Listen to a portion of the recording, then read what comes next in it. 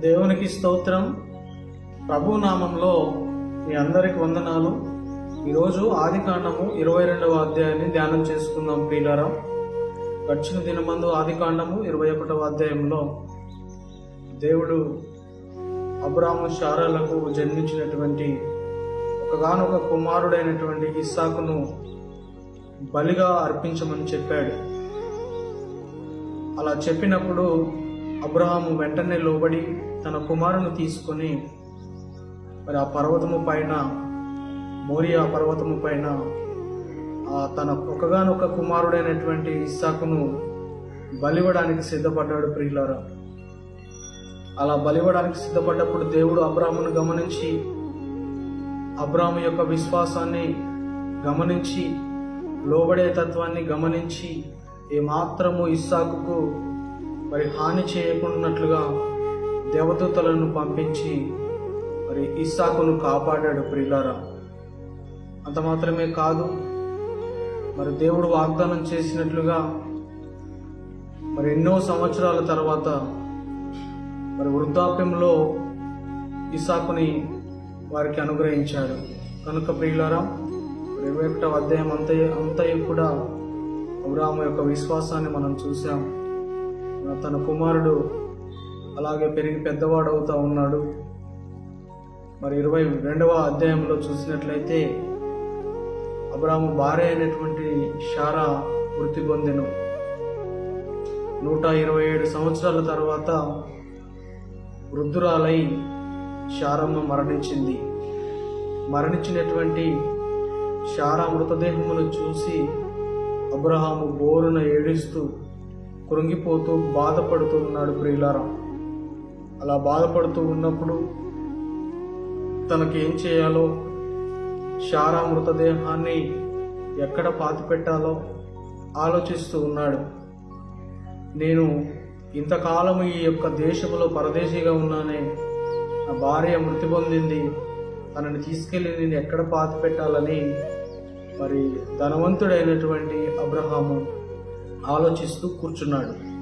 అంతలోనే మరి అక్కడ ఉన్నటువంటి పరిస్థితులను మనం గమనిస్తే అబ్రాహాము తన భార్య అయినటువంటి శారా మృతదేహము దగ్గర నుంచి బయటకు వచ్చి హేతు కుమారుల యొద్ద కూర్చొని వారితో మాట్లాడుతూ ఉన్నాడు. అయ్యా, మీ దేశములో నేను ఇంతకాలము పరదేశిగా ఉన్నాను. మరి నా భార్య మృతి పొందింది, తనను బాధ పెట్టడానికి నాకు కొంచెం స్థలము ఇప్పించండి అని హేతు కుమారులను అడుగుతూ ఉన్నాడు. అలా అడుగుతూ ఉన్నప్పుడు హేతు కుమారులైన వారు అబ్రాహాముతో ఇలా సెలవిస్తూ ఉన్నారు ప్రియులారా. అయ్యా, నీవు మా మధ్యలో రాజుగా ఉన్నావు. మరి నీ చనిపోయినటువంటి నీ భార్యను పాతి పెట్టడానికి ఇగో నీ కన్నుల ఎదుట ఇంత స్థలం ఉంది, నీ ఇష్టం వచ్చిన చోట నీ భార్యను పాతి పెట్టవచ్చు అని వారు సమాధానం ఇచ్చినప్పుడు మరి అబ్రాహాము వారికి సాష్టాంగపడి నమస్కారం చేస్తూ, మరి నేను ఒక విన్నపాన్ని మీ ముందర ఉంచుతాను, మిమ్మల్ని అడుగుతాను. మరి సోయరు కుమారుడైనటువంటి ఎఫ్రోను పొలము పక్కన ఉన్నటువంటి మైదానము నాకు ఇప్పించండి. అది ఊరికనే ఏం అక్కర్లేదు, నేను దానికి వెల చెల్లిస్తానని వారితో అడుగుచూ ఉన్నాడు. నా పక్షాన మీరు మరి ఎఫ్రోను అడగండి, నాకు ఆ మైదానం కావాలి, నా భార్యను పాతి పెట్టడానికి నేను ఆ మైదానాన్ని స్వాస్థ్యముగా కొనుక్కుంటాను, నా దగ్గర ఉన్నటువంటి మరి ఆస్తిని ఇచ్చి దాన్ని నేను స్వాధీనం చేసుకుంటానని మరి హేతు కుమారులను అడుగుతూ ఉన్నాడు ప్రియులారా. అలా అడుగుతూ ఉన్నప్పుడు మరి ఎఫ్రోను కూడా హేతు కుమారుల మధ్యలోనే కూర్చొని ఉన్నాడు. ఈ మాటలన్నీ కూడా వింటూ ఉన్నాడు. అలా వింటూ ఉన్న సమయంలో వారు కూడా మరి ఎఫ్రోను అడిగినప్పుడు ఎఫ్రోను కూడా ఇలా ఈ విధంగా సమాధానం ఇస్తూ ఉన్నాడు. అయ్యా, నా పొలము మరి నీకు ఇస్తాను, ఆ మైదానములో ఉన్నటువంటి ఆ గుహను కూడా నీకు ఇస్తాను, అందులో నీ చనిపోయిన భార్యను తీసుకెళ్లి పాతిపెట్టుము అని మరి ఎఫ్రోను కూడా సమాధానం ఇచ్చాడు ప్రియులారా. అలా ఇచ్చినప్పుడు అబ్రహాము మరి నమస్కారం చేసి ఎఫ్రోనుతో మాట్లాడుతూ ఉన్నాడు, అయ్యా, నీకును నాకును మధ్య ఒక ఒప్పందం చేసుకుందాం. ఆ పొలానికి నేను వెల చెల్లిస్తాను, అది ఎంతో చెప్తే నేను అంత చెల్లించి మరి నా చనిపోయిన భార్య నేను అక్కడ పాతి పెట్టుకుంటానని ఎఫ్రోనుతో మాట్లాడినప్పుడు అది విలువగల భూమిగా పిలువబడతా ఉంది. అది మరి కాస్ట్లీ భూమిగా పిలువబడతా ఉంది ప్రియులారా.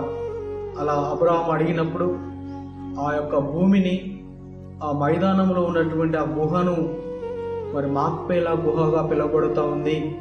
ఆ మాక్పేలా గుహను మరి 400 తులాల వెండి ఇచ్చి ఆ భూమిని కొన్నాడు ప్రియులారా. 400 తులముల వెండి అనగా మరి 4 కిలోలన్నర, సుమారుగా 4 కిలోలన్నరగా పిలువబడుతూ ఉంది. కనుక ప్రియులారా, తన భార్య కొరకు తన దగ్గర ఉన్నటువంటి ఆ యొక్క వెండినిచ్చి మరి ఆ భూమిని స్వాధీనం చేసుకున్నాడు అబ్రహాము. తర్వాత పెద్ద మనుషుల సమక్షంలో ఆ యొక్క సరౌండింగ్స్ అనగా బార్డర్, ఆ మైదానం యొక్క గవిని స్వాధీనం చేసుకొని ఆ ఊరికి వచ్చే వారితో, అక్కడ ఉన్నటువంటి పెద్ద మనుషులతో తను ఏదైతే చెప్పాడో దానిని వారికి ఇచ్చి ఆ భూమిని మరి స్వాస్థ్యముగా రాపించుకున్నాడు ప్రియులారా.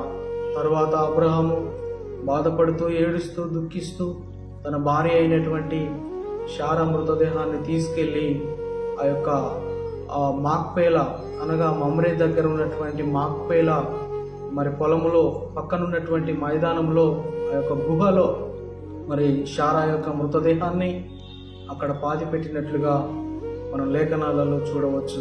కనుక ప్రియులారా, మరి శారా 127 సంవత్సరాలు బ్రతికి ఇస్సాకును కనిన తర్వాత మరి ప్రభు యందు మృతి పొందింది ప్రియులారా. కనుక అబ్రహాము తను పాతి పెట్టడానికి స్థలాన్ని స్వాధీనం చేసుకున్నాడు. ఆ స్థలములోనే వెల ఇచ్చి మరి కొనబడినటువంటి ఆ స్థలములోనే తన భార్య అయినటువంటి శారా మృతదేహాన్ని తీసుకెళ్లి పాతి పెట్టినట్టుగా లేఖనాలలో సెలవిస్తూ ఉన్నాయి. కనుక మరి దేవుడు మరి అబ్రహామును ఆశీర్వదించి హెచ్చించి ఇంతకాలము నడిపించినటువంటి దేవుడు అబ్రహాము జీవితంలో దుఃఖము కలుగుతూ ఉంది. అబ్రహాము జీవితంలో ఒంటరితనము మరి ఎదురైంది ప్రియులారా. భార్య లేకుండా అబ్రహాము మరి జీవిస్తూ ఉన్నాడు. మరి ఎంతో దుఃఖముతో, వేదనతో మరి ఎంతమంది ఉన్నప్పటికీ మరి భార్య లేని లోటును అబ్రహాము భరిస్తూ ఉన్నాడు, బాధపడుతూ ఉన్నాడు ప్రియులారా. అలా బాధపడుతూ ఉన్నప్పుడు దేవుడు అబ్రహాముకు తోడై ఉండి, అబ్రహాముకు మరి దగ్గరగా ఉండి, అబ్రహాముకు మరి రక్షణగా ఉండి అబ్రహాముతో మాట్లాడుతూ మరి ఏ లోటు లేకుండా అబ్రహామును ఇంకను ఆశీర్వదించాలని దేవుడు తీర్మానం కలిగి ఉన్నాడు ప్రియులారా. మనము కొన్ని పరిస్థితుల్లో మనకు మరి ఆటంకాలు, మరి అవరోధాలు ఎదురైనప్పుడు మన జీవితంలో కృంగిపోతూ ఉంటాం. అనేక సార్లు మరి నలిగిపోతూ ఉంటాం.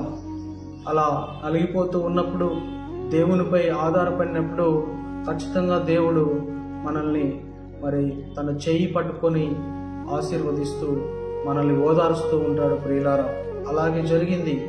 ఈ శారా మరి తన భార్య అయినటువంటి శారా మరణించినప్పుడు ఏం చేయాలో తెలియని పరిస్థితుల గుండా అబ్రహాం వెళ్తూ ఉన్నప్పుడు, నా భార్యని నేను ఎక్కడ పాతి పెట్టాలి, నేను ఎన్నో సంవత్సరాలుగా ఇక్కడ నేను పరవాసిగా ఉన్నాను, పరదేశీగా జీవనం కొనసాగించాను, నా భార్య ఇప్పుడు చనిపోయింది, తనను పాతి పెట్టడానికి స్థలం లేదే అని ఆలోచిస్తూ ఉన్నప్పుడు మరి దేవుడు చక్కని ఆలోచననిచ్చి మరి స్థలాన్ని కొనుక్కోవడానికి దేవుడు మరి ద్వారాలు తెరిచి అవకాశాన్ని ఇచ్చాడు ప్రియులారా.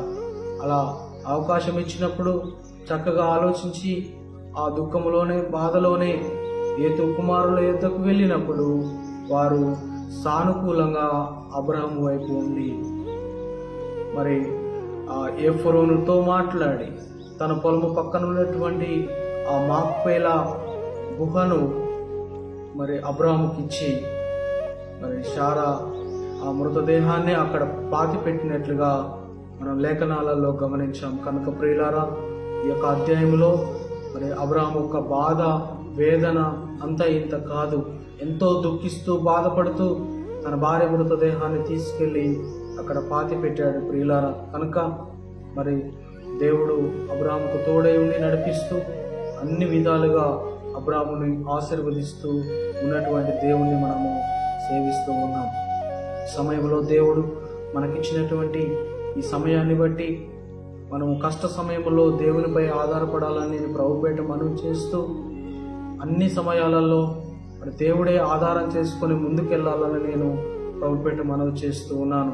కనుక ప్రియులారా, మనము ఎన్నిసార్లు ఎలా మరి ఆలోచిస్తూ ఉన్నప్పటికీ, ఎటు పోవాలో ఎటు వెళ్ళాలో అని ఆలోచిస్తూ ముందుకు సాగుతూ ఉన్నప్పటికీ మరి దేవుని మన జీవితంలోకి ఆహ్వానించి ఆయన మీద మనం ఆధారపడినట్లయితే చక్కని ఆలోచన చెప్పి దేవుడు మనల్ని ముందుకు నడిపిస్తాడని పరవపేట మనవి చేస్తూ, దేవుడు మాట్లాడినటువంటి మాటలను బట్టి ఆ దేవాతి దేవుణ్ణి స్తుతిస్తూ మహిమపరుస్తూ నేను ఆ కొద్ది మాటలు ముగిస్తా ఉన్నాను. దేవుని నామానికి మహిమ కలుగును గాక. ఆమేన్, ఆమేన్, ఆమేన్.